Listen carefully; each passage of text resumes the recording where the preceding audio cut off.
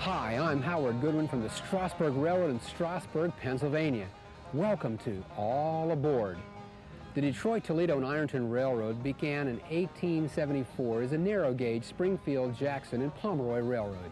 It was standard gauge in 1880 and after a series of reorganizations became the DT&I in 1914.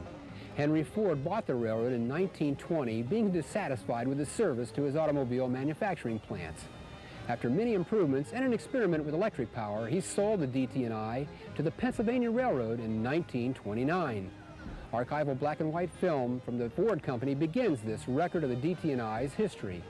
Beginning in 1963, noted railroad photographer Emery Gulash recorded the railroad's activities through 1975. The final scenes were shot by Steve Neff into the 1980s as the Grand Trunk Railroad took over ownership and the DT&I passed into history. Our train awaits. All aboard.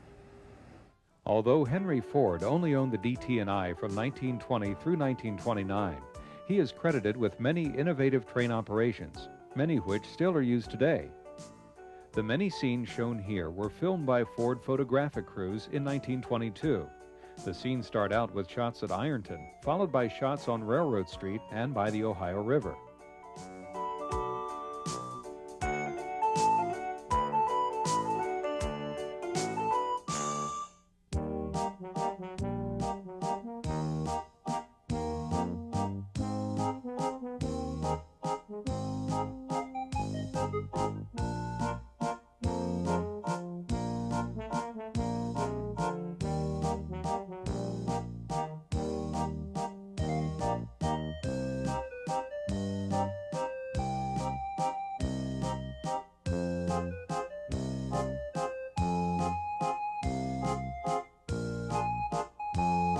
The first train was run in 1878, and the railroad was standard gauged in 1880.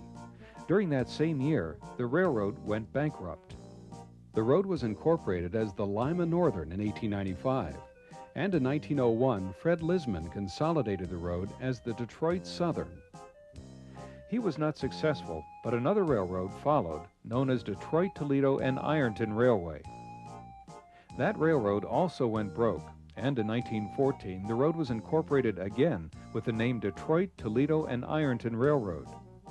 So in 1920, Henry Ford took over the road for one reason. He wanted to establish a complete system for his auto manufacturing plants, a complete system from raw materials to finished product. He was unhappy with the service being received from the railroad and the continuing bankruptcies which interrupted his flow of materials and parts. Eventually, Ford sold off the railroad in 1929 to a subsidiary of the Pennsylvania Railroad. Detroit, Toledo, and Ironton will be forever remembered as being Henry Ford's railroad. He only owned it for about 9 years, but the marks he left on it are indelible. He built the railroad up.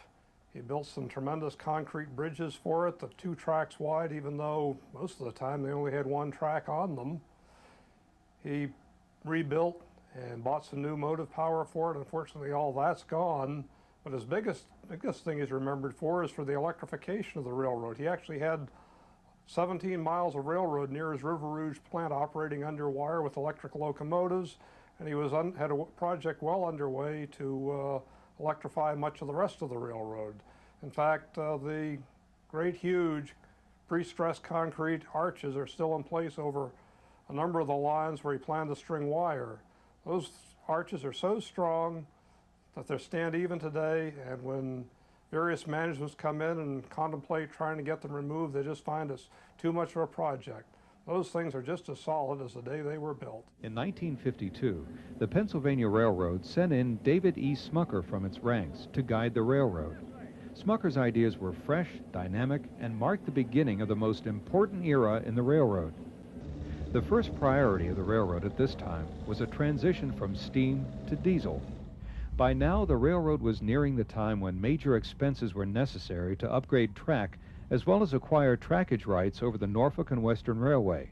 The arches were built for Henry Ford's intended electrification. The electric locos were a failure, but the arches remain as a symbol of a noble engineering venture.